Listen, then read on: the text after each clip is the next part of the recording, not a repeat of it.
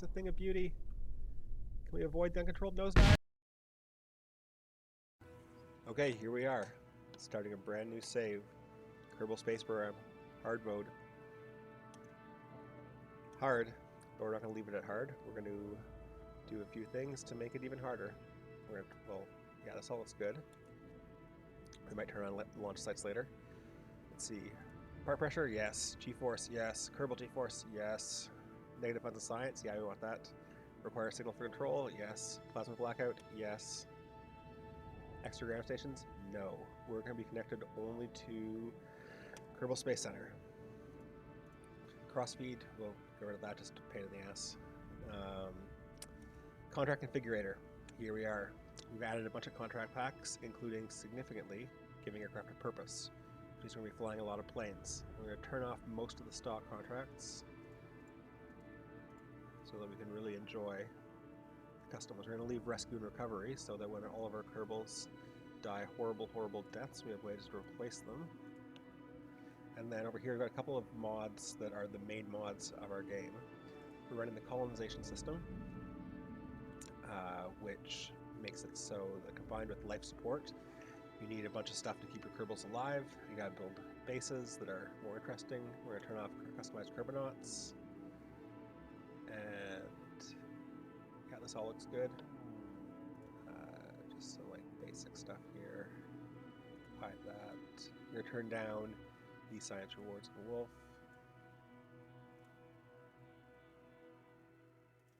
Okay. Let's go.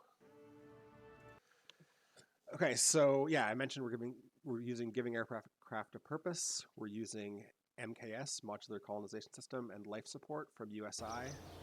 We're using the rest of the USI package. We're using Nerty's space station parts mod and his near future electrical and solar, just to flesh out that part because we're going to need it for our bases. We're not using the rest of the near future stuff. It's too not stock for me for this playthrough. Make some of the balance for the real hard mode we're going too easy.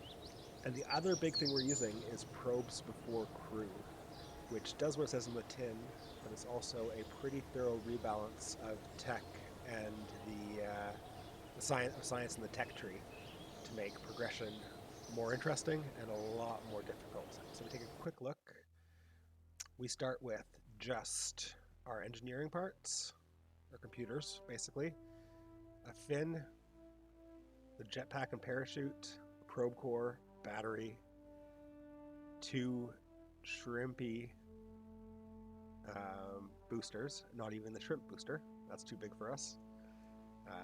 Mystery group for science, temperature thermometer for science, antenna, and this thing that we'll never actually use as part of the MKS.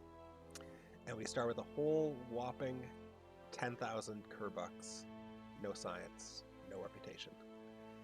In order to get anywhere, we are going to need to start taking contracts and earning some money. Now I said we're doing probes for crew, but we're also doing giving aircraft a purpose, which means that we have these contracts here, which are just a method to allow us to buy a few essential parts to our starting tech tree. It's going to cost us money, in which we don't have much, but we're going to take the command seat. We need that. We're going to take the strut and the I-beam. We need those. Take the decoupler, that's a nice to have, and the Sepratron to get our first plane to boost. And then we need wings and control surfaces. Oh, and wheels. And there we are. Now we've got the option. Build and fly a glider. This is our first mission.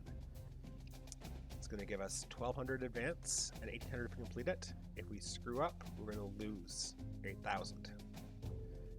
Our glider must have a volunteer, have a command seat, have wings, not have any engines after launch. Get airborne, land and stop anywhere, and land safely, which is defined as without destroying your flying machine or killing anyone. These last two, are going to be the kickers. Okay, we take it. We accept. We're also going to take this rover deployment contract because our glider with no engines is technically a rover. So that's a little bit of a freebie.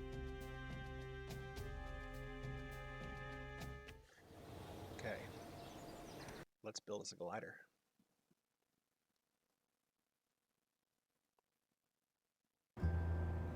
Hey, Werner. Yeah, I don't need your advice. All right. How do you build an airplane? Start with items. 2 of them. Throw on chair. Zoom in so we can see what we're doing. Beautiful. Wings, right? 2 of them, maybe.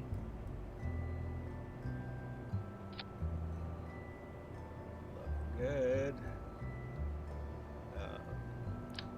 We're going to put a little bit of a structural extender here on the back, mostly to allow our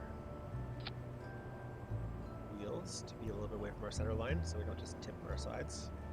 And also a good place to attach our control surfaces. Oh, like that. Like that. Perfect. Lovely. We're going to slide that forward so that we have room to attach our separatrons on the back.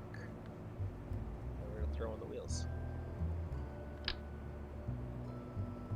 on the back. Go straight. Yes. And then 2 on the front. Okay, now we're going to slide our back wheels. Oh wait. Ah! Crab wheels. Let's straighten those out. Good. Then we're going to slide them down a bit. Now the front of our plane is raised slightly, make the takeoff easier. And we're going to change the angle of attack again just so slightly on our wings for the same reason. And we're going to throw on battery, just 1, so we have some power for those wheels, because I think we might want to get a rolling start. Make sure it's actually centered. Even the slightest bit of weight off center is going to screw us. That's how simple this plane is. Separator, so we can put a separatron on the back and then ditch it afterwards. What do you think? Should we do 2? Okay, 2.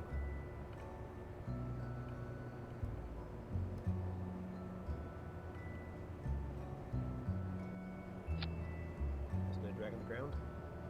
Probably? Ah. Who cares, right? A little. Alright, Jeb. Let's inaugurate the space program. Build spacecraft.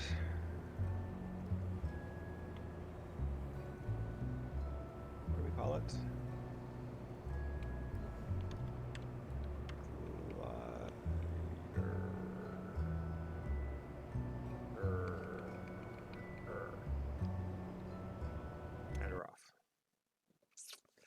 Okay, like I said, probes for crew. So all of our space missions are going to be robotic at the start. But for a little bit of tooling around in a death trap glider, it's exactly Jeb's line of work. Okay, let's see. I heard a little bloop bloop. That means we've got some science to do. Right, we can collect an EVA report from the runway. Save that for later. Now, turn on our stability, turn on our wheels. Let's get a little speed. Every little bit helps when you're flying with separatrons. 7, 8, 9 meters per second. Engage thrusters. Oh, it's a thing of beauty. Can we avoid the uncontrolled nosedive? Oh, okay. What were our mission requirements again? It's a beautiful landing. Did we kill anybody? Did we land safely? Our glider. Oh, look at this. Your glider must have wings.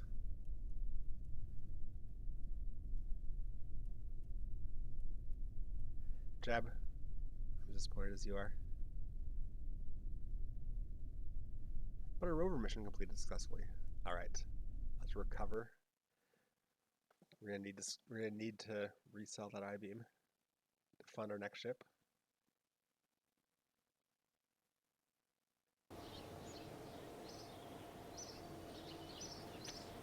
9.7 science earned. That's going to help. 440 funds recovered. You can see we already got the little funding boost from our little rover mission. We still have our glider mission active. Let's take a little look at glider. Let's see if we can. All right. So the problem is, as I see it, the one and only design problem of this plane, which is otherwise perfect, is that the wings fell off. So if we crash the exact same way, raise our wings up ever so slightly off the ground, and we should be fine.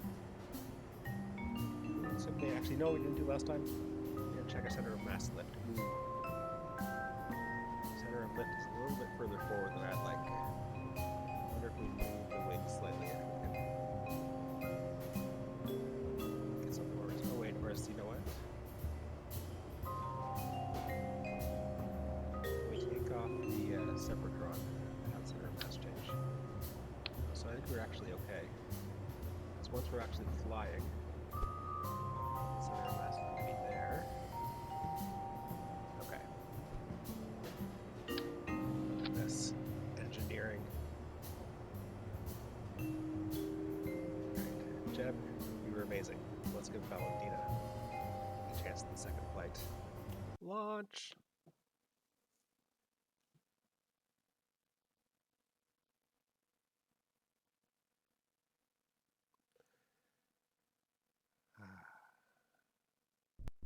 Here we are, back at the runway.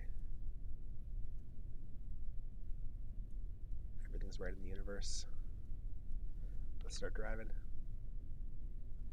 Wheels engaged. Don't like that wobble. Why the hell are you wobbling? Just because it's a gravel runway? Hey Val. Yeah, you got this. 8, 8.6, 8.7, 8, 9, 9 meters per second. Separatons engage. Yes. Yes.